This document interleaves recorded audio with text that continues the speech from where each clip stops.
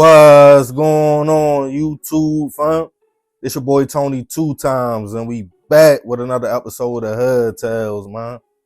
Before I start, be sure to tap that like button. Definitely watch this video to the end to hear the full story and all the details in the case.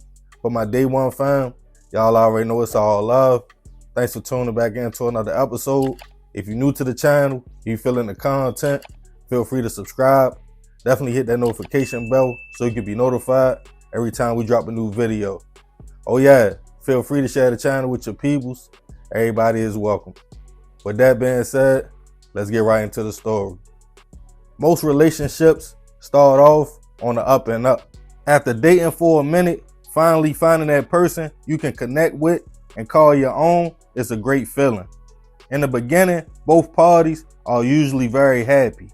You tolerate everything your partner does, good and maybe even things you don't like, because you are in love and nobody is perfect. For most people, as time goes on, their true colors reveal themselves. If they are argumentative, jealous, possessive, or just hard to coexist with, that's when the fighting comes in. The threats to leave each other, the leaving out the house just to clear your head and reset, to go back and deal with that person you say you love. For many, that's too much, and they would rather just break up and call the whole thing off. But for others, they understand.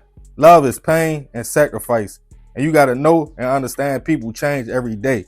And real love is being patient and standing the test of time, flaws and all. But sometimes things get tricky.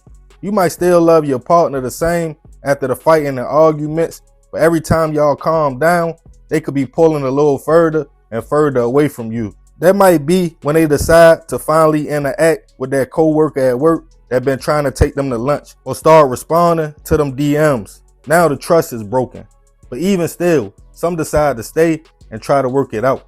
But now you have a partner that's playing both sides, keeping their options open, just in case things in a relationship fall off. While that might seem like something slick to do, that's a dangerous game to play. Because when you play with somebody's feelings, you just never know how that individual will respond. And on this episode of Hood Tales, we'll be taking it right outside of New Orleans to Gretna, Louisiana, to discuss the case of a man who thought his girl was loyal all the way to her games turned fatal.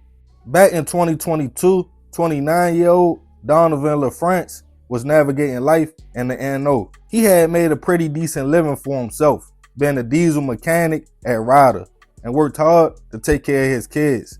On his downtime, Donovan was a real southern boy. He liked fishing, being outside, and fixing trucks.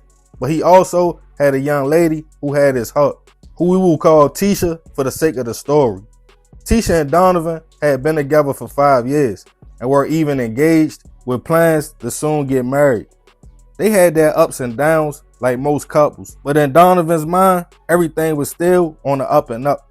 Let's take it back 1 year prior though. In 2021, Tisha accused Donovan of being jealous, possessive, and also she was telling people he pulled a gun out on her and put hands on her. But despite that, after a brief split, she took him back. They even had just recently took a trip together to New York. But a lot of people that knew Tisha felt like she was playing a 50 or playing both sides with two men. She worked at a local bar and many men filtered in and out. And she met a 29-year-old man named Clarence Harvey around about the same time her and Donovan were having problems. Which during the split, it was cool, but she never stopped seeing Clarence, who went by the nickname Tater. The man worked hard, had a decent job as well. He loved fashion and football. Even though being from the South, he was a die-hard Pittsburgh Steelers fan. He had no kids of his own, but always looked out for his godkids and nieces and nephews. In the same way, Donovan thought him and Tisha were official, so did Clarence. He was telling his peoples they had been together for a year, and even though none of them had ever met the young lady, they were very happy for him.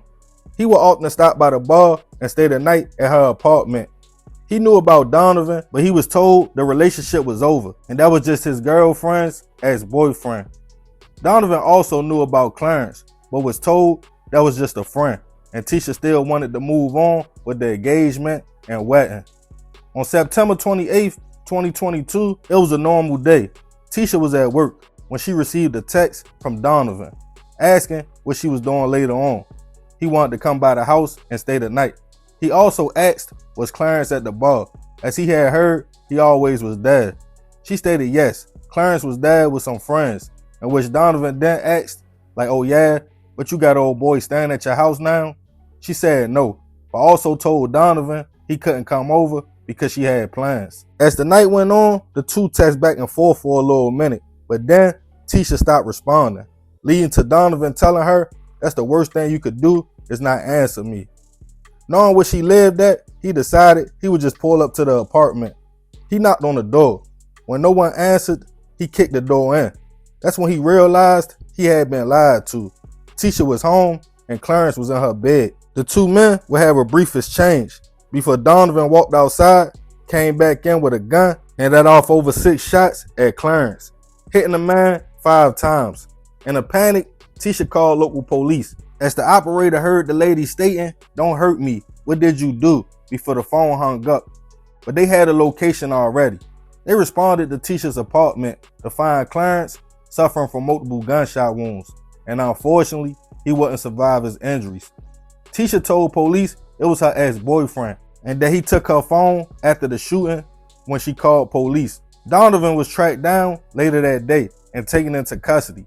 He was charged with first-degree hit. His family were confused, as they all stated to police Tisha was his wife-to-be and he was staying at the home. His uncle stated the couple had just took a trip to New York a few weeks prior and he helped Donovan take his stuff to the apartment. Clarence's family were also hurt and confused.